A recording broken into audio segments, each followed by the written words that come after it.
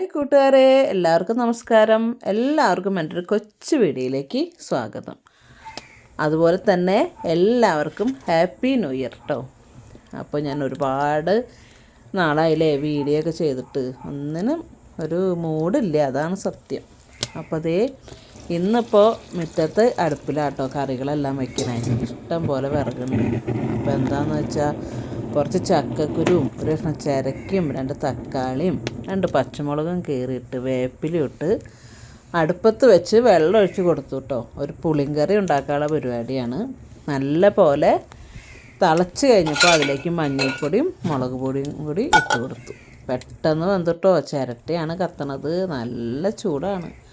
അതിലേക്ക് ഞാൻ ഒരു മുറി നാളികേരം നല്ല വെണ്ണ പോലെ അരച്ചെടുത്തു കേട്ടോ. കഷ്ണം നന്നായി തിളച്ച് വെന്ത് കഴിഞ്ഞപ്പോൾ ഞാൻ അതിലേക്ക് ഒരു മുറി നാളികേരം കൂടി അരച്ചത് ഒഴിച്ച് കൊടുത്തു കേട്ടോ.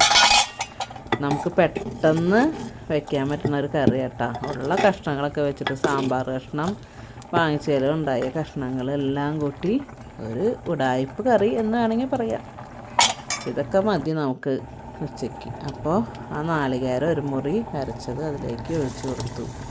ആ മിക്സിയുടെ ജാറ് കഴുകി കുറച്ചും കൂടി വെള്ളം കൂടി ഒഴിച്ച് കൊടുത്തു. നല്ല പോലെ അങ്ങോട്ട് ഒന്ന് തിളപ്പിച്ചു. പെട്ടെന്ന് വന്നു കേട്ടോ. നിമിഷ സമയം കൊണ്ട് കറി റെഡിയായി. അപ്പോൾ അതൊന്ന് തിളച്ച് കഴിഞ്ഞപ്പോൾ നമ്മുടെ പുതിയൊരു മൺചട്ടി മഴയ്ക്ക് എടുത്തിട്ട് വെച്ചിട്ടുണ്ടായിരുന്നു. ഒരു ചീനച്ചട്ടി അത് അടുപ്പത്ത് വെച്ചു. അതിലാണ് നമ്മൾ ഇന്ന് നമ്മുടെ കറി വറുത്തിടുന്നത്. ആദ്യമായിട്ടാണ് ഈ ചീനച്ചട്ടിയിൽ വറുത്തിടാൻ പോണേ കേട്ടോ. നല്ലപോലെ മഴയ്ക്കൊക്കെ എടുത്ത് അതിലേക്ക് ഞാൻ വെളിച്ചെണ്ണ ഒഴിച്ച് കൊടുത്തു. പിന്നെ നമ്മൾ വറുത്തിടാനായിട്ട് കടുകും മുളകും പിന്നെ കുറച്ച് വേപ്പിലും. അപ്പോൾ അതോടൊപ്പം ഞാനൊരു കഷ്ണം കാബേജ് ഇരിക്കുന്നുണ്ടായിരുന്നു കേട്ടോ. അത് അരിഞ്ഞ് വെച്ചു. അതിൽ കുറച്ച് പച്ചമുളകും ചുവന്നുള്ളിയും കുറച്ച് നാളികേരം ഉപ്പും മഞ്ഞൾപ്പൊടിയൊക്കെ ഇട്ട് വെച്ചു. അപ്പോൾ ഇതിൽ നിന്ന് കുറച്ചെടുത്ത് നമ്മുടെ പുളിങ്കറിയിലേക്ക് ഒഴിച്ചു. ബാക്കിയുള്ളതിൽ നമ്മൾ ആ കാബേജ് ഇട്ട് കൊടുത്തു. അതുകൊണ്ട് ഒരു തോരനും ഉണ്ടാക്കിയിട്ടാണ്. ഒക്കെ എളുപ്പപ്പണിയായിരുന്നു. ഒന്ന് പെട്ടെന്ന് തീർക്കാൻ പറ്റുന്ന പണികൾ. സത്യം പറഞ്ഞാൽ ഒരു ഉടായിപ്പ് കറികൾ. വലിയ പേരൊന്നും പറയാൻ പറ്റിയ കറികളൊന്നും അല്ല കേട്ടോ. നമ്മുടെ വീട്ടിൽ സാധാരണ വയ്ക്കുന്ന ചില കറികൾ.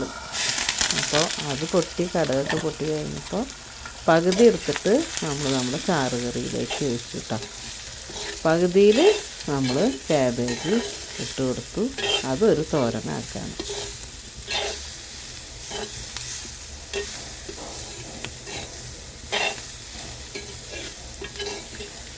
നമ്മുടെ മൺചട്ടി നല്ല അടിപൊളിയായിട്ട് ഞാൻ മഴക്കിയെടുത്തതാണ് കേട്ടോ. ഇത് മതി കേട്ടോ. നമുക്ക് മുറ്റത്ത് അടുപ്പിൽ വയ്ക്കുമ്പോൾ കരിയൊക്കെ പിടിക്കുമ്പോൾ ഇതുപോലുള്ള മൺചട്ടികളിൽ വയ്ക്കുകയായിരിക്കും നല്ലത്. മറ്റുള്ള പാത്രങ്ങൾ വയ്ക്കുമ്പോൾ പിന്നെ കരി പോകാൻ പറ്റുമല്ലേ. ഇതാവുമ്പോൾ എത്ര കരി പിടിച്ചാലും ആ ചട്ടിക്ക് നല്ലതാണ്. ചട്ടി ഒരുപാട് കാലം ഇരിക്കും. അപ്പോൾ അങ്ങനെ നമ്മുടെ കാബേജ് തോരനും റെഡിയായി, നമ്മുടെ പിഞ്ഞിക്കൂട്ടാനും റെഡിയായി. പിന്നെ ഞാൻ കുറച്ച് മീൻ വാങ്ങി വെച്ചിട്ടുണ്ടായിരുന്നു. അത് കുറച്ച് മഞ്ഞൾപ്പൊടി, മുളക് പൊടി, കുരുമുളക് പൊടി, ഒരല്പം ചൊറുക്ക, ഉപ്പ് എല്ലാം ഇട്ട് തിരുമ്മി വെച്ചിട്ടുണ്ടായിരുന്നു. 3 സൈസ് മീനുണ്ടായിരുന്നു കേട്ടോ. ചാളയുണ്ടായി, മുള്ളനുണ്ടായിരുന്നു, അയില ഉണ്ടായിരുന്നു.